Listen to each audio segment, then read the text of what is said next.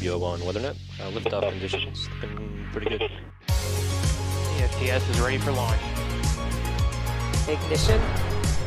Liftoff. Falcon 9 has cleared the tower.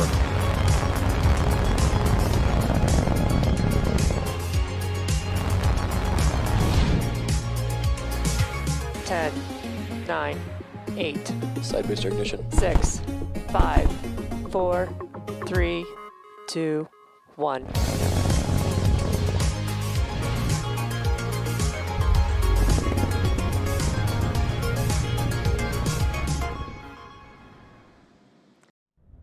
T-minus 30 seconds.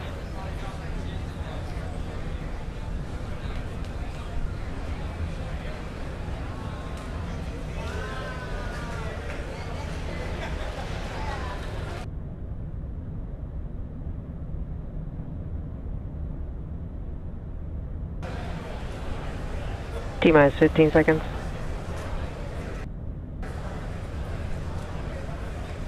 Ten, 9, 8, 7, 6, 5, 4, 3, 2, 1. Yeah.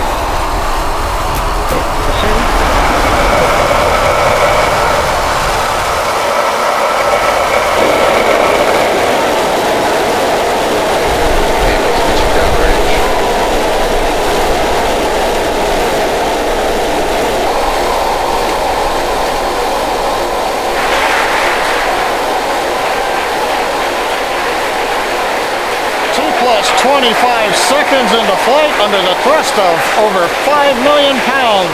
Falcon Heavy is headed to space. We're getting ready to throttle down for passing through the period of maximum dynamic pressure. We've heard call out of throttle bucket for side core. We're through max Q.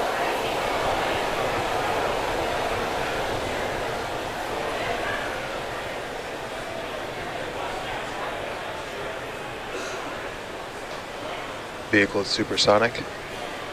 Everything continuing to look good on the Merlin 1D engines. We're throttling back up on the side boosters to full power. A minute 15 seconds into flight. Performance looks nominal.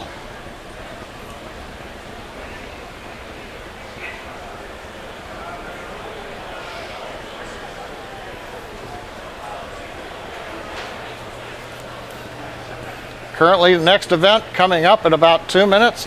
We'll hear call out of chill-in of the MVAC-D engine. That allows liquid oxygen to the top of the turbo pump to get the second stage engine ready to chill for ignition in just a couple of minutes.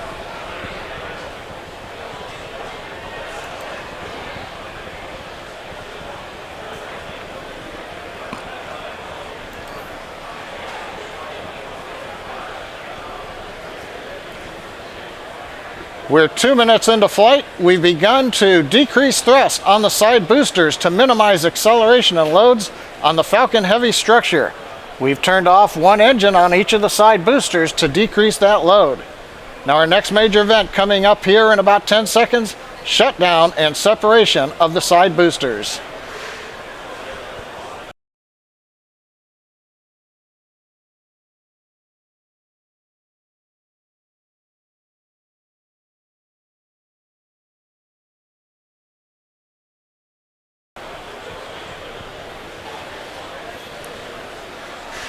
The view should be the side booster cameras on 2 sides and the center core in the middle. Booster shutdown. Booster separation confirmed.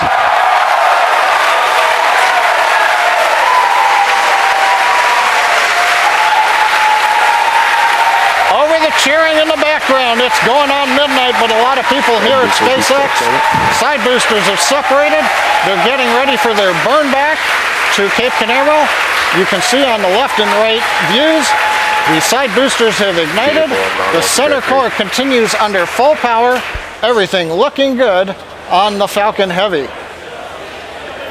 Next event coming up in about 15 seconds will be shutdown of the center core, followed by stage separation and ignition of the second stage engine. Good views of the 2 side boosters under the thrust of 3 engines each. slowing down their velocity and coming back towards Cape Canaveral. We have shutdown on the center core. Go. Stage separation confirmed.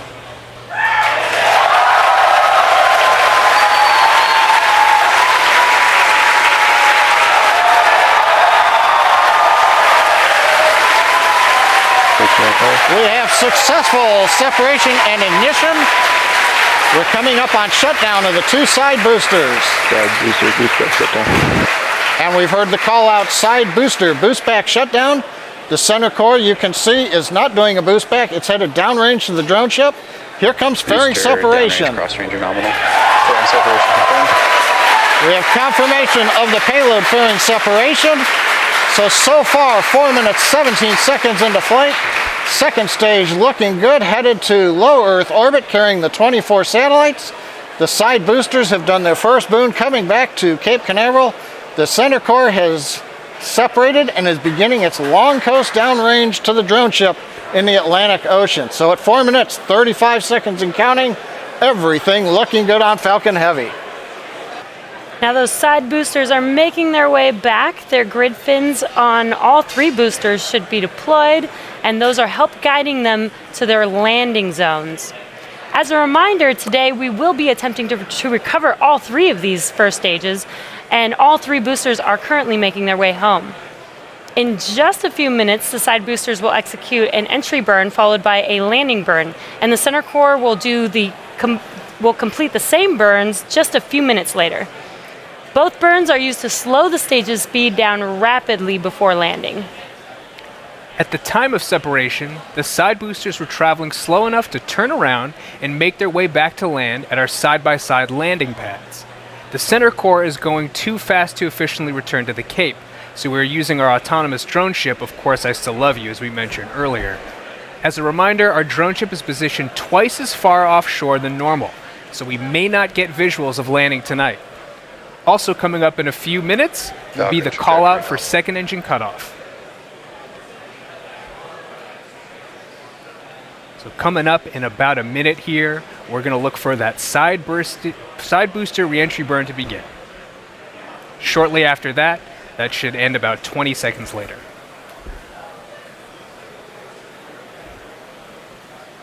You can see both of those boosters on the infrared camera on the left side of your screen. Again, about 30 seconds until we expect those side boosters entry burn to begin. So keep an eye on the left side of your screen. In about 10 seconds, we should see those side boosters reignite for their entry burn. Side booster entry burn startup. And we have confirmation that the entry burn has begun. And in about 15 seconds from now, we expect that to end. Oh, wow.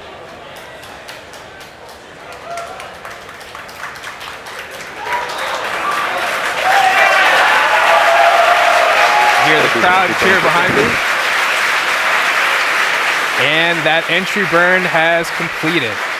Note that second engine cutoff and the center core will be landing almost at the same time. So we're going to have a few events in succession at about T plus 8 minutes and 21 seconds.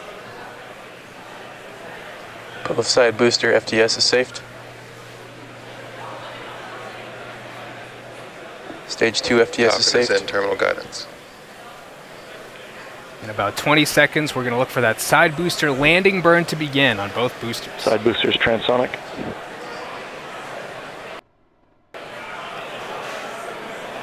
About 10 seconds away.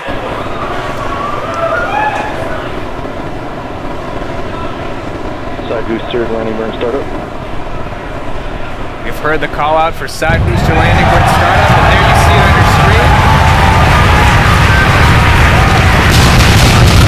Coming towards our two landing pads.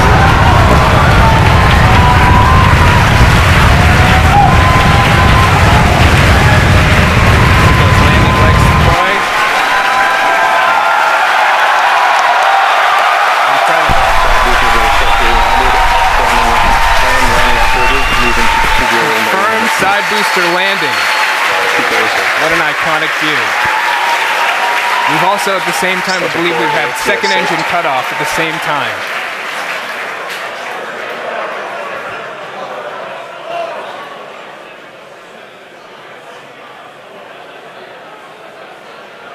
As we mentioned earlier, the center core entry and landing is going to be risky. During entry, it'll face more heating and dynamic pressure than we've ever experienced on Falcon 9 or Heavy flight before. Why, you ask? Because we have to lift the second stage higher and faster than other Falcon Heavy flights in order to have enough performance in it to execute 4 burns into all the different orbits. So coming up at T plus 9 minutes and 39 seconds, we should see the center core entry burn ending. Center core entry burn. Oh, we have the confirmation. Looks like that was the confirmation for it to begin. So we're a little bit off the timeline. Center core entry burn shut down. And we had just heard the confirmation that center core entry burn has shut down. And now that the entry burn is complete, the center core is moving back about 20% faster than it was at the end of the Falcon Heavy 2 Arabsat entry burn. First stage kOS expected. Now we're coming up, we're just about a minute away from that center core landing burn beginning, and as we've been mentioning, this will be the most difficult landing that we've had to date.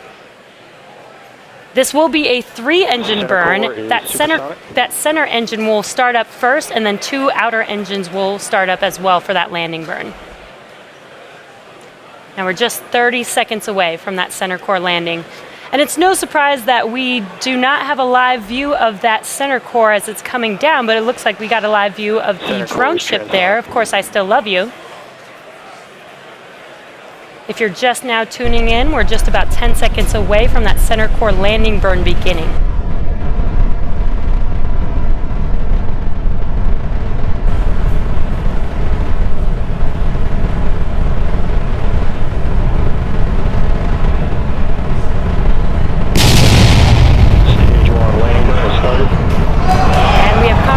That the center core landing burn has begun. Let's see that coming down on Of Course I Still Love You. Got a pretty good view. And as you can see on our screen, it looks like our center core did not make it on our drone ship Of Course I Still Love You tonight. Again, as we've been mentioning, this was the most challenging landing that we've had to date. And this is our secondary mission. So our primary mission, we just heard the call out for a good orbit of our second stage.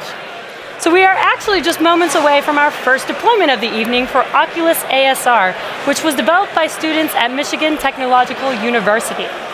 We will be passing beyond the Bermuda ground station, so there is a chance that telemetry may cut out a few seconds before deployment, in which case we won't be able to see the satellite actually deploy on camera or get confirmation of a successful deployment until telemetry is restored.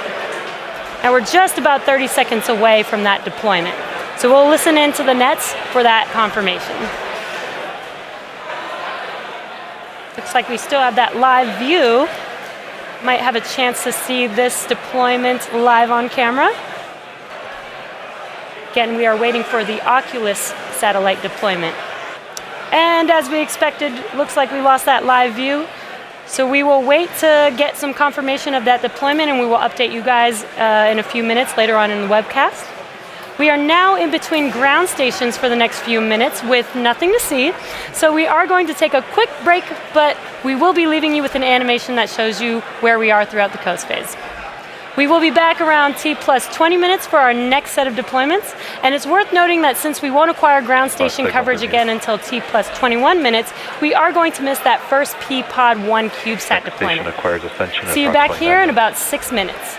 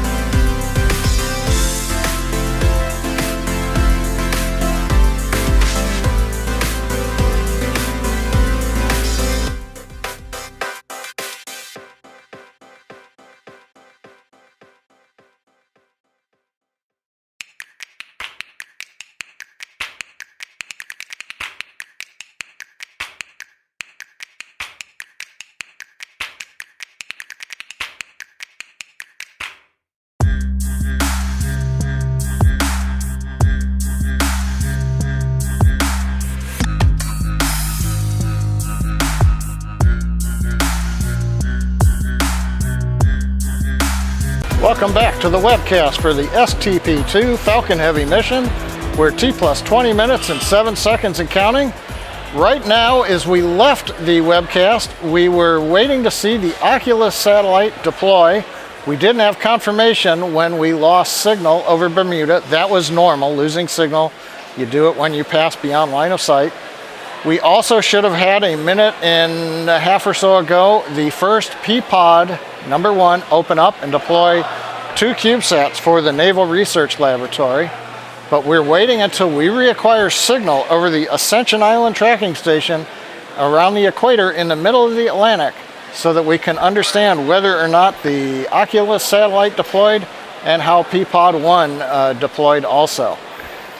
While we're waiting for acquisition of signal from Ascension, just to recap, we had a great launch of Falcon Heavy.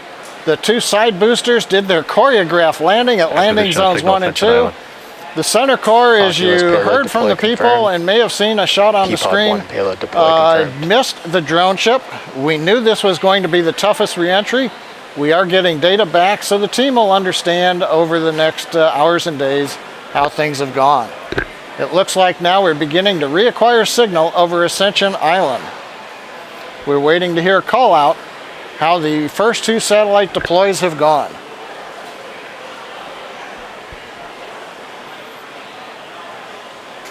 It appears we have confirmation that the Oculus satellite was separated and P-Pod number 1 opened up, deploying the Naval Research Laboratory satellites.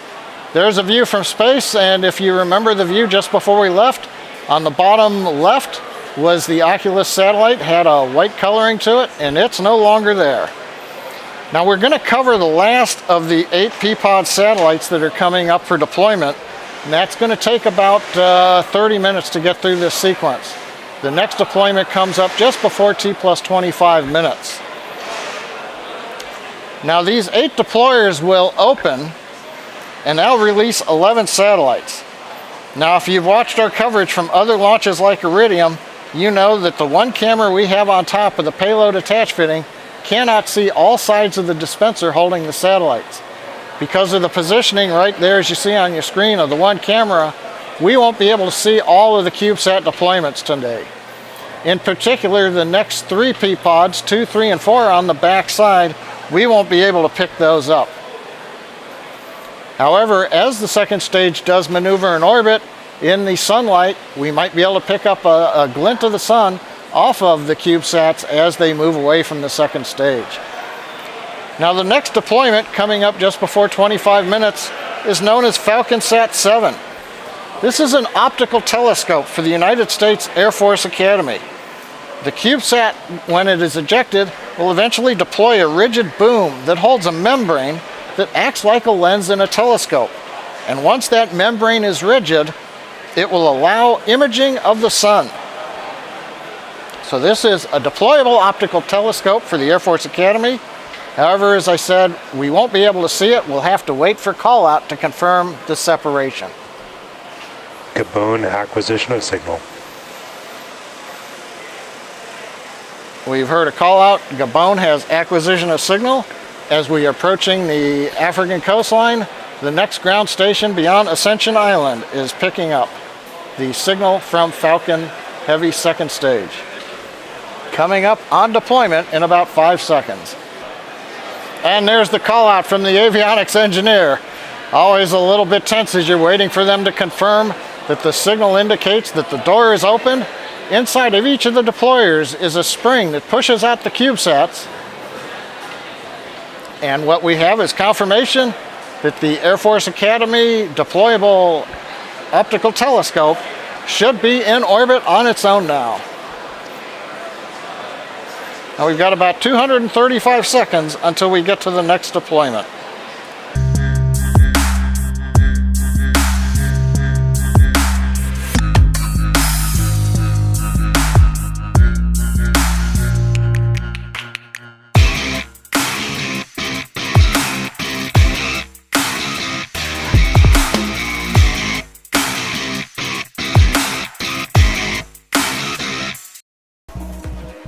Coming up just about a minute away from the third P-Pod opening.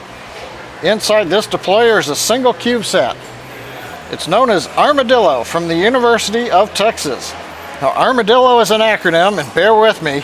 It stands for Atmospheric Related Measurements and Detection of Sub-Millimeter Objects. Quite a mouthful. Primary goal is to use a dust detector to characterize the space debris environment, focusing on sub-millimeter debris that can't be seen by Earth-based telescopes. Now, this satellite deployer is mounted on the opposite side of the dispenser, so again, we'll only have verbal call out when it separates. P-Pod 3 deploy confirmed.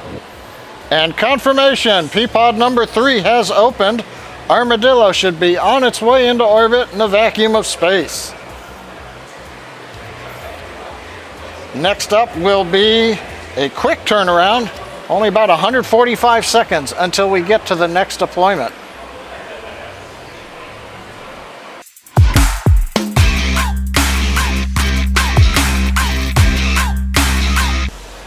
Okay, we're just over 50 seconds away from the deployment of P-Pod 4. This time we're going to have 2 CubeSats coming out of the deployer. Again, it's on the backside of the dispenser. This is the last one on the backside of the P-Pods. Satellites are called PSAT and BRICSat. PSAT's an amateur communication satellite, and BRICSat is a small satellite that has a micro-propulsion system to perform experiments with attitude control. Satellites are out of the United States Naval Academy. P-Pod 4 deploy confirmed.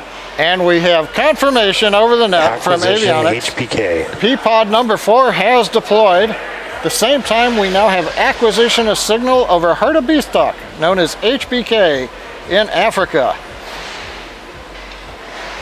And we've got about 165 seconds until P-Pod 5 opens up. All right, P-Pod 5 is going to be opening up here in just about 50 seconds. Now in this view, the P-Pod dispenser is located probably at about the 2 o'clock position around the dispenser, the very top. So you've got to look up there and we might see something going by. However, we're also starting to get a sun flare off of the camera.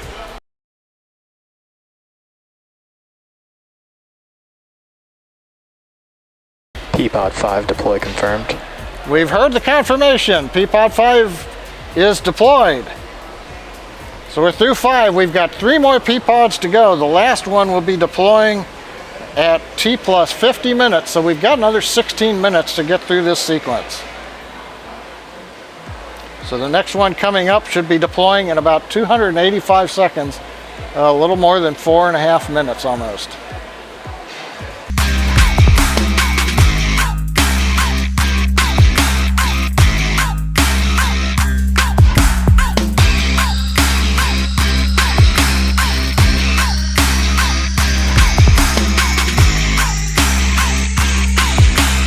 We're a little more than a minute away from the next deployment over Africa. In fact, the next 2 P-Pods that will open and deploy satellites are in support of the NASA Enhanced Tandem Beacon Experiment, and they're built by the University of Michigan. This mission explores bubbles in the electrically charged layers of Earth's upper atmosphere. Now, these bubbles can disrupt key communication and GPS signals that we rely on here on the ground.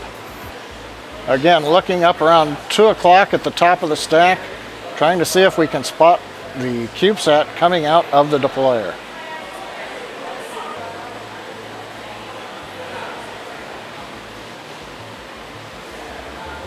P-Pod 6 deploy confirmed. We've got confirmation over the net. P-Pod 6 deployer has opened. We should have the Tandem Beacon Experiment satellite ejected. I was looking for it on the screen, but I didn't spot it. The white objects you've seen coming off to the right-hand side, those are not the CubeSats.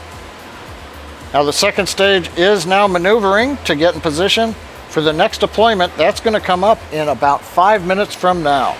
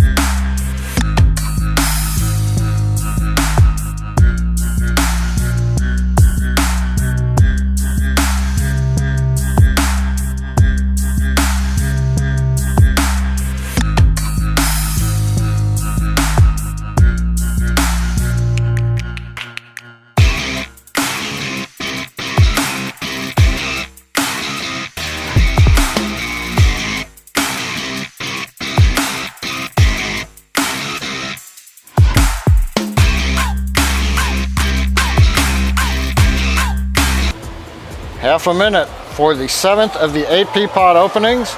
This is also a Tandem Beacon Experiment CubeSat. Now, to study those bubbles that I talked about in the Earth's atmosphere, the 2 CubeSats that we're deploying emit signals in a handful of frequencies to stations on the ground. From there, scientists can measure disruptions in the signals to determine how they're affected by the upper atmosphere bubbles. Waiting for call out of P-pod 7 opening and the CubeSat deploying.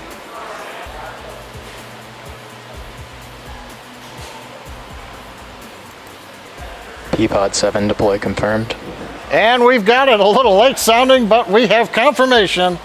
P-pod 7 is open to deploy the 2nd of the 2 Beacon Experiment satellites for the University of Michigan. And all I've got to say for that is go blue. We're 375 seconds to the final deployment of the P-pod series.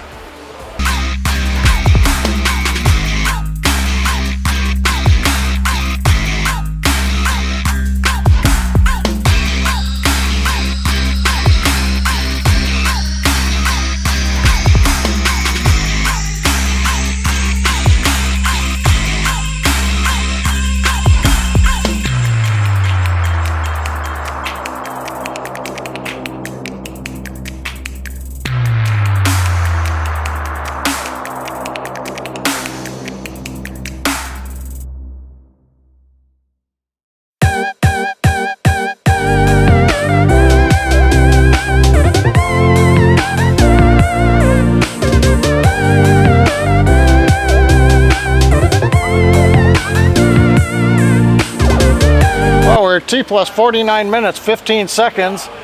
We're out between Africa and Australia getting ready for the last deployer, which will release 2 CubeSats that have been working together starting at liftoff. One is the NASA LEO CubeSat, and the second is the STANGSat CubeSat from Merritt Island High School. Now, this combined mission will measure and record the temperature and acceleration data from within that deployer, the P-pod, during today's launch. Now, in addition to collecting that telemetry data during the launch, STANGSat will stream its data in real time via Wi-Fi to the LEO CubeSat, something that typically we've not seen done before in CubeSats. We're waiting for call out of the CubeSat deploy. P-pod 8 deploy confirmed. Deploy confirmed, and we saw it, at least I did, coming out of the top of the screen. So STANGSat and LEO have successfully separated. And as a reminder, the Merritt Island High School team has been working on this project since 2011, according to their Facebook page. So after waiting a long time for a ride to space, we'll celebrate deployment with Go Mustangs! So we've gotten through the first set of satellite deployments. The Oculus SmallSat and the 8 P-pods have all opened up. We've got a 21-minute break before we relight the second stage engine to change our orbit. So we'll be back with that. We're going to leave you with the animation that shows where we are in the coast phase, returning at T plus 1 hour, 12 minutes, just about 21 minutes from now, for the second burn of our upper stage engine.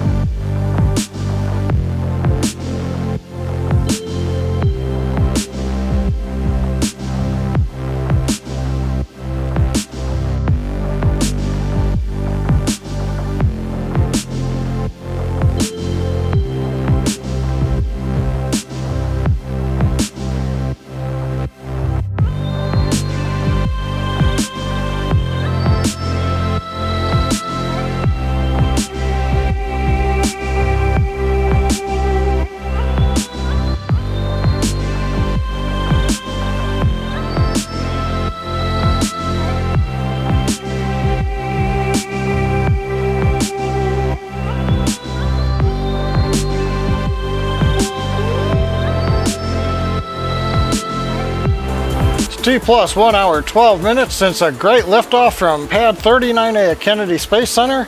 We are less than a minute away from the second of our 4 second stage engine burns. In fact, counting down, we're a little more than 25 seconds to go. Currently, we're chilling in the second stage. We're passing over the Southwest Pacific at this time. Everything looking good as we get ready to light the second stage engine. Currently, we're settling propellant down on top of the turbo pumps so that when we spin the pumps, they've got plenty of liquid to pull through and light the engine. Seconds away from ignition. Engine at power. We've heard the call out. Engine is at power. This is planned to be about a 22-second burn.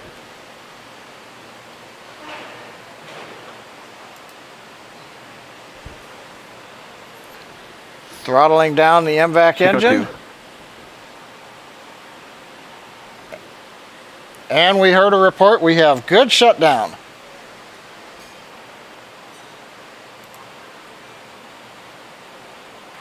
Nominal orbit insertion. And what we love to hear, the guidance, navigation, and control engineer over the countdown net reports good orbital insertion.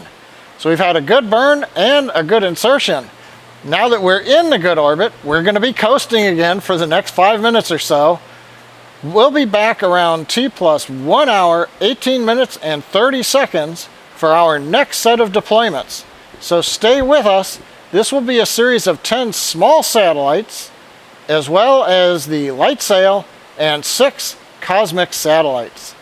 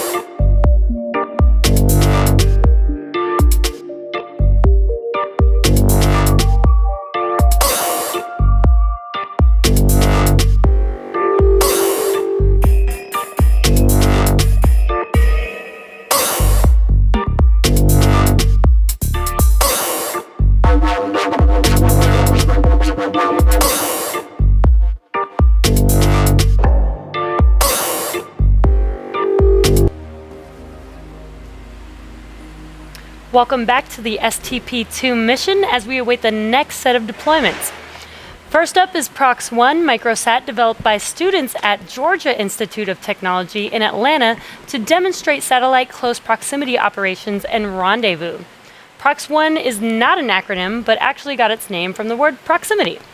It is basically running some proximity operations or formation flying experiments with the LightSail CubeSat for the Planetary Society. The light sail will not be released immediately from Prox 1. That will actually happen 7 days after it separates from Falcon Heavy. We will get back to you on that confirmation once we get that telemetry back. Now, the next deployment, and they keep coming, folks, will be for NPSat and will occur in about 2 minutes. NPSat was built by the Naval Postgraduate Research Laboratory, and it carries a bunch of experiments. But in layman's terms, it's investigating the concentration of electrons in the ionosphere, one of the outer layers of Earth which influences radio transmissions. It's also doing experiments to improve communications and the survivability of computers in space, and demonstrating a new type of solar cells for power production.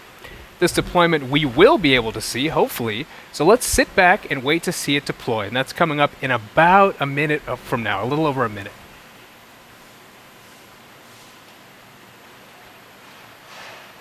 Now looks like we're still waiting to get connectivity, so despite what I just said, we may not get a visual. Hopefully that comes back on for us.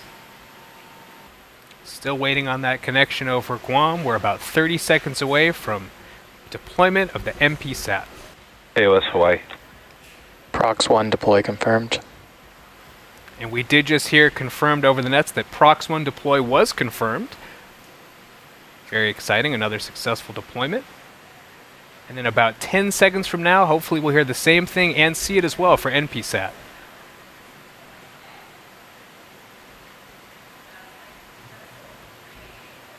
And there you see the release on your screen of NPSat, a successful deployment, and confirmed over the nets. Amazing. The next deployment will be for the General Atomics Electromagnetic Systems Orbital Testbed, or OTB. Separation will occur in just about a couple minutes from now. Due to the positioning of our camera, though, we will not be expecting to see this deployment live. Now we should be seeing this coming up or hearing the call out actually in just about 10 seconds from now.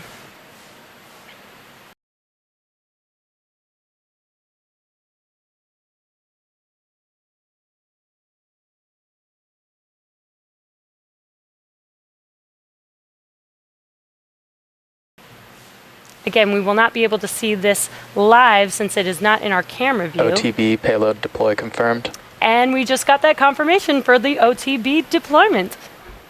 Our next deployment is coming up in about 3 minutes, and this is for the Green Propellant Infusion mission, or GPIM, which is a NASA mission that develops a green alternative to conventional chemical spacecraft propulsion systems. Once NASA demonstrates the fuel and compatible system in space, green propellant could replace hydrazine as the status quo spaceflight propellant. Not only will green propellant be safer, it will also be faster and much less costly. Again, due to the positioning of our camera, we are not expecting to see this deployment live either. But we can listen in for confirmation at about T plus 1 hour and 27 minutes. Hopefully we'll get that confirmation over the nets.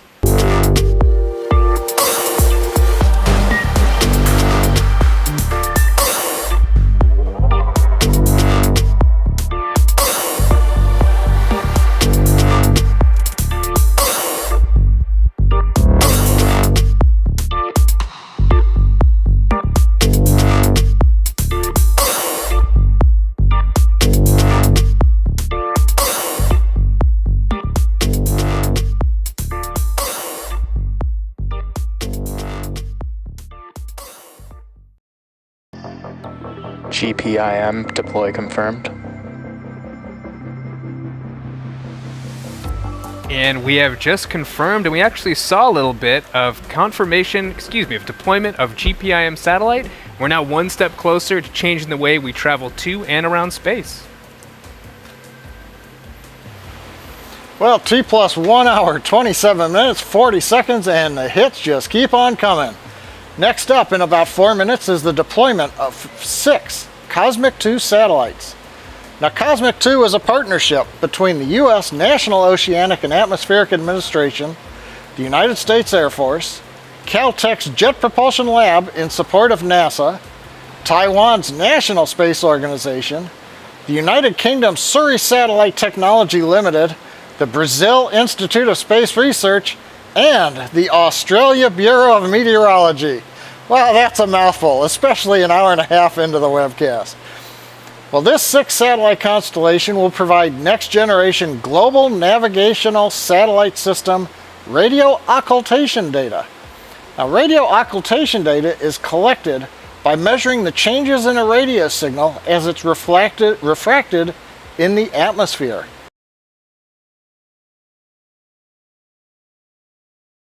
Now in the view that you can see on your monitor, Cosmic 2-5 is in the top left of center. You can see part of it has a white bottom. That should be the Cosmic 2-5 satellite that we'll see deploy coming up here in just over 1 minute. Just next to it is another one of the Cosmic satellites, and then there's a third one also on the right above the one closest to the camera. So we should have 3 good views, and there goes the first Cosmic satellite. 2, satellite 5, deploy confirmed. Right on time, within a second or so of the timeline that was set up days ago, so everything looking good. Now the Cosmic satellites, as I mentioned, are mounted around the dispenser. Now if you remember again our Iridium missions, we had 2 cylinders mounted on top of each other, each holding 5 satellites. Now the design for STP-2 has 2 cylinders that hold the Cosmic satellites.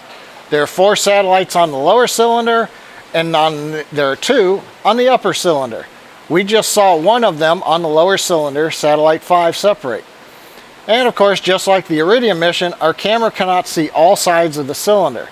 So we had a great view just now of the first Cosmic deployment, but the next 2 coming up are out of view. Maybe, however, during the next 15 minutes, as we're maneuvering that second stage, we might get a glimpse of the larger satellites as the sun bounces off of them as we head towards evening over the Pacific Ocean. So currently, next separation coming up in just over 2 minutes. That'll be Cosmic 2-6. That one will not be visible from the camera. We'll be back to talk about that in a couple of minutes. Cosmic 2, satellite 6, payload deploy confirmed. And we heard confirmation. Avionics Engineering reports, looking at the telemetry, that the Cosmic 2-6 satellite successfully deployed. Now, similar to what we do on Iridium, we've got another 2-minute pause. We'll be back for Cosmic 2-2 deploy. This one also will not be visible from the camera.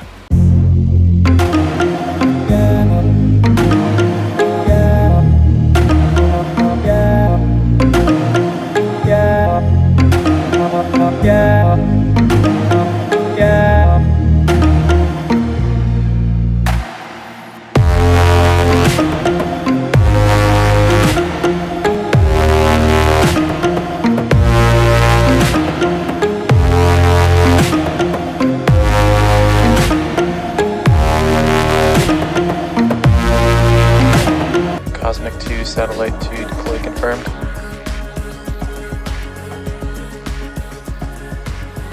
And another good call out from Avionics Engineering, watching the telemetry as we're passing through over the Vandenberg ground station now, coming up on the continental US. Cosmic 2-2, the third of the 6 Cosmic satellite constellation that performs radio occultation data by sending signals through the Earth's atmosphere, has successfully deployed. Next up will be Cosmic 2-4. That'll be coming up at 1 minute, or 1 hour, 39 minutes, 57 seconds. Signal FSC in Hawaii expected. Well, we're about 45 seconds away from the 4th of the 6 Cosmic 2 satellites. This one, hopefully we get a nice view. Currently the camera cycles between views of the nozzle. Now we're looking forward, and then we should stick with the forward-looking view, and hopefully we'll see the satellite that's right front dead center there separate, coming up in about 13 seconds. 10 seconds to go. There it goes. Cosmic 2, satellite 4, deploy confirmed. Cosmic 2, satellite 4, the one we intended, is on its way into its own orbit. You can see a little bit of that round mounting ring where the satellite was attached to the dispenser that's attached on top of the Falcon Heavy second stage. So next up, we've got Cosmic 2-1. That one is on the back side. That'll be in 3 minutes. We won't be able to see it. And then we'll wrap up with Cosmic 2-3.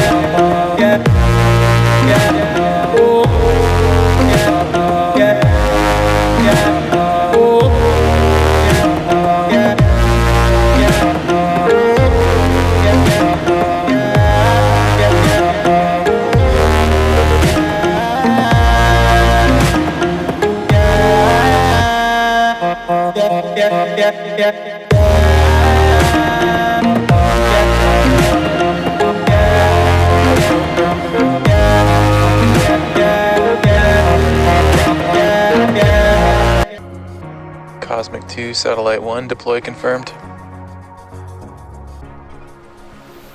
Well, we're just over 100 minutes into flight. We've had the 5th successful cosmic satellite deployed, 2-1, out of view, but that means the next one coming up, that's the one right in the middle there.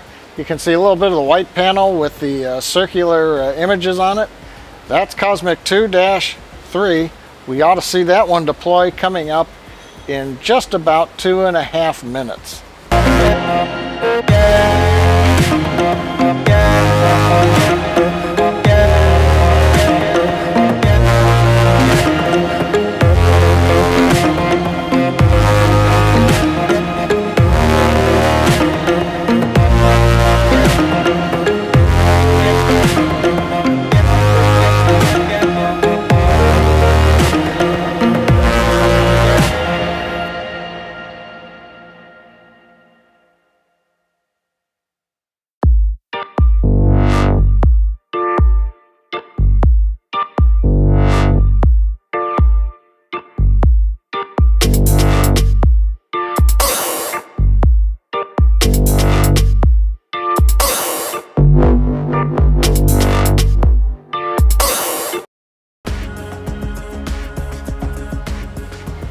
Cosmic 2, Satellite 3, deploy confirmed.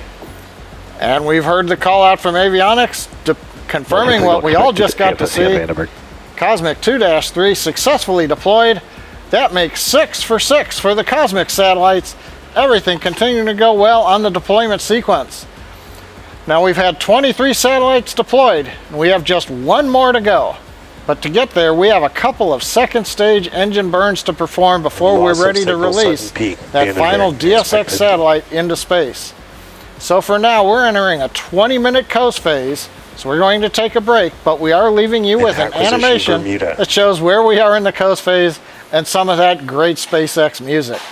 We'll be back around T+2 hours, 7 minutes for the third of 4 ignitions of our second stage engine.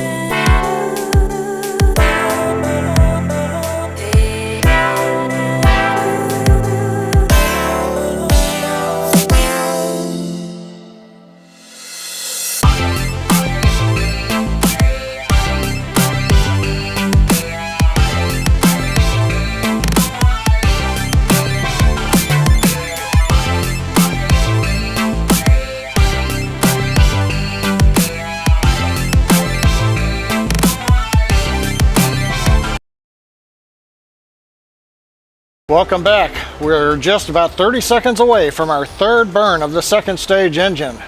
We're currently passing over the equator in the middle of the Atlantic over the Ascension Island tracking station.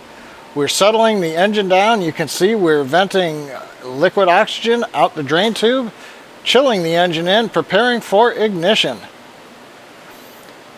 Now this is going to be about a 30-second burn. Heard the report. Engine is chilled for the third burn.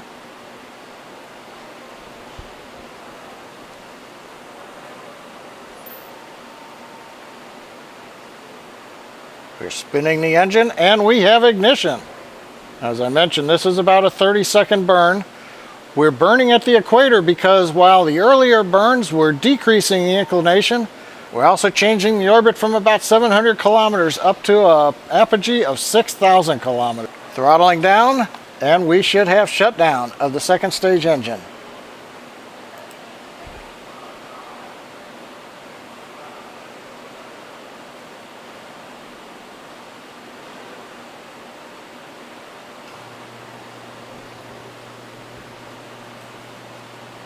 Waiting for the data to be processed to show us what the orbit looks like.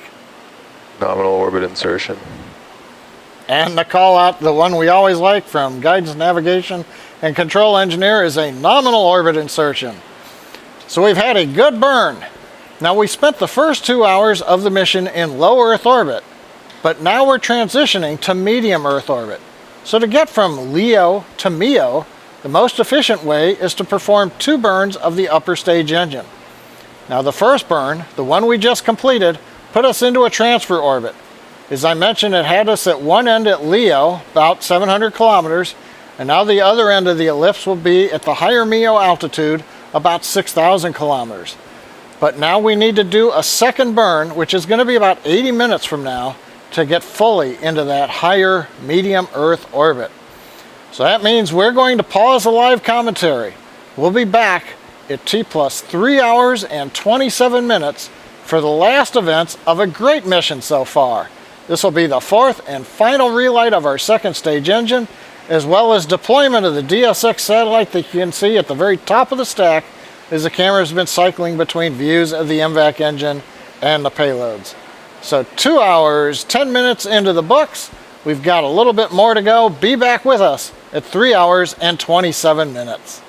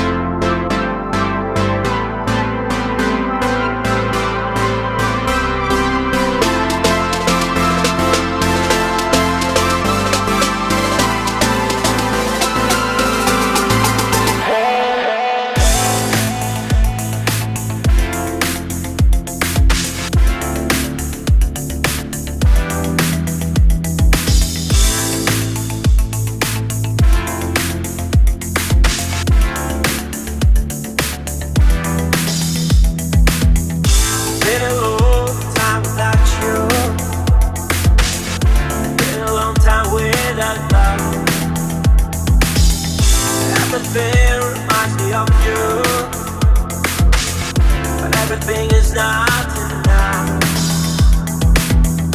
Really hard by the ocean. Among all those white hot sands, where every sunrise is just for you. So come along and take my hand.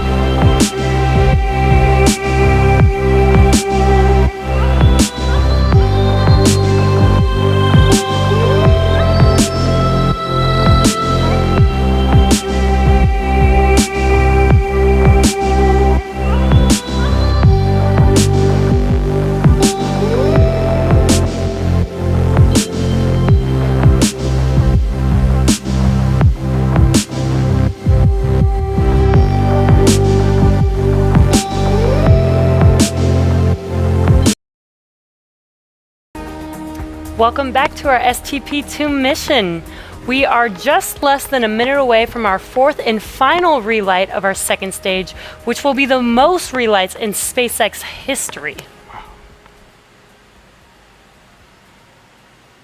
Now this burn will last about 35 seconds long.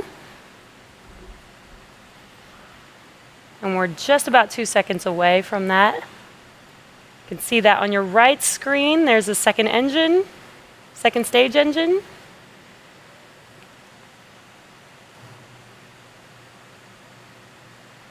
And there you see second engine startup. Again, this will be about 35 seconds long. And this is the most relights in SpaceX history for a second stage. And there is second engine cut off. That completes our second engine burn for the night. Nominal orbit insertion. It looks. And we have good orbit. Nice. Yeah, sorry to talk over you. We got confirmed good orbit. And now that we have good orbit, we are waiting for our final deployment of the Dsx satellite for the Air Force at about T plus 3 hours and 34 minutes. It has been quite a night. So far, it's been an exciting mission and one of many firsts, including the first Falcon Heavy mission for the Department of Defense, the first time we've relit our MVAC-D engine 4 times, which makes this the longest satellite mission in SpaceX's history. The Air Force Research Laboratory Space Vehicle Directorate's Demonstration and Science Experiments, or DSX spacecraft, will conduct basic research on the harsh radiation environment of medium Earth orbit, which we referred to as MEO earlier. Basically, it will measure space radiation so we can improve future spacecraft design and operations for radiation-intensive bands of Earth's orbit. This means that DSX has to itself be hardened with protection against the radiation in MEO. DSX is also doing some experiments on solar activity and measuring the impact of the solar cycle on space radiation and particle concentration in Earth's orbit. One cool thing about DSX is that while DSX on launch is no larger than a station wagon, it will deploy booms over 260 feet, 15% longer than the Falcon Heavy that's carrying it. So it's by far the longest spacecraft we've ever launched, almost as long as the International Space Station itself. So coming up at about T plus 3 hours and 34 minutes, we expect to see the Dsx deployment, so we're going to hang back for a bit.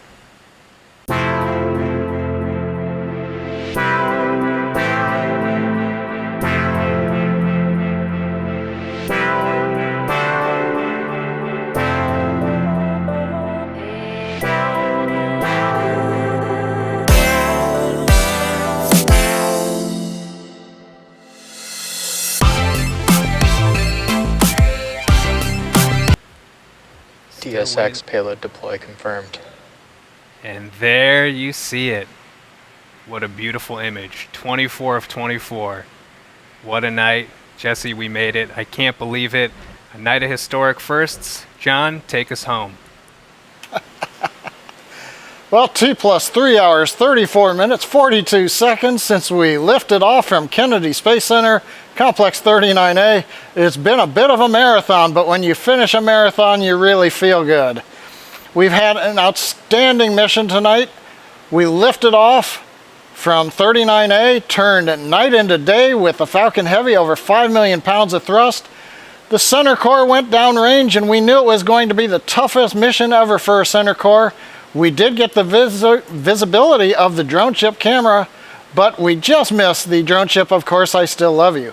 However, the side boosters made up for that with a great return to landing zones 1 and 2 for the side booster. Wonderful landing there. Second stage went into orbit. We did 4 burns of the second stage. All of them were right on target. We did 24 payload separations. And then the icing on the cake tonight was the ability to get 1/2 of the payload fairing, as we were targeting, into the net above the ocean on our recovery ship known as Ms. Tree. So altogether, it's been a great, wonderful evening here at SpaceX. We'd like to thank our customer, the U.S. Air Force, for entrusting us with tonight's mission. We'd like to thank the 45th Space Wing for range safety, Kennedy Space Center for range support, And we'd also like to thank all our viewers for logging in. Follow our website and social media platforms for updates on our next missions and milestones. And until next time, have a good night.